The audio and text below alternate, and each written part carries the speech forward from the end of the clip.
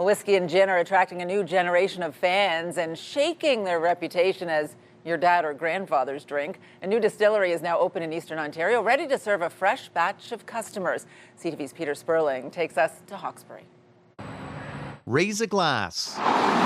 This is the all-new Artist-in-Residence Distillery, or AIR, in Hawkesbury. We've been talking about this now, I think, for 4 years, but now we're starting to see, this week we're starting to do production. The nearly $10 million distillery is located about an hour and a half east of Ottawa. It's the company's second location. I want this to be a local distillery, so this will be the Ontario local distillery. Their plant in Gatineau has been producing spirits like vodka, gin, and whiskey for years. Now it's time to expand into Ontario. You have an advantage when you're in Ontario. For LCBO, it's easier to get in. LCBO is the biggest spirit seller in the world.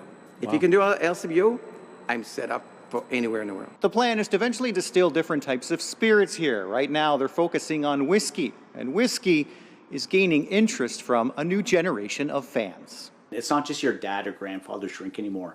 It's really changed over in the demographics. We're seeing more 25 to 40-year-olds drinking whiskey, and not just men anymore. Many, many women are jumping in the category and honestly are going to take over in terms of the interest of whiskey as a whole. The Hawkesbury distillery is currently running just a few days a week for now.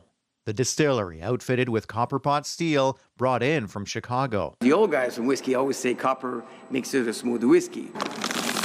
Using local corn in the production. For me, whiskey is from grain to glass. And aged in oak barrels imported from Tennessee.